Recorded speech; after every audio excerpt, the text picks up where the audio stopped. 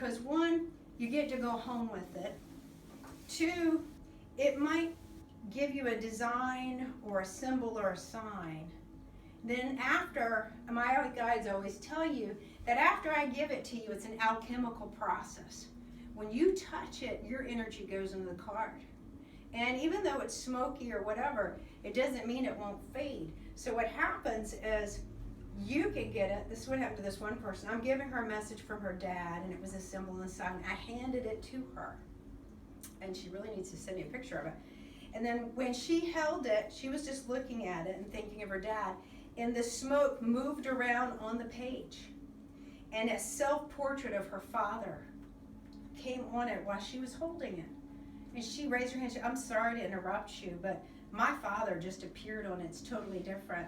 And she held up her iPhone, and it was a picture of her dad, but his eye, there was just like one eye, and he had lost his left eye to cancer. And then Leslie was there. It was awesome. And she was sitting next to him when it happened. So that kind of stuff is just, really wonderful. And the other thing that I get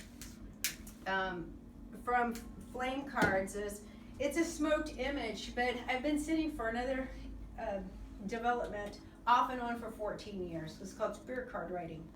And that's where it's a whole nother demonstration. You put cards into a basket with pens and pencils, and you let it sit in the dark. And spirit writes on it independently, separate from the medium.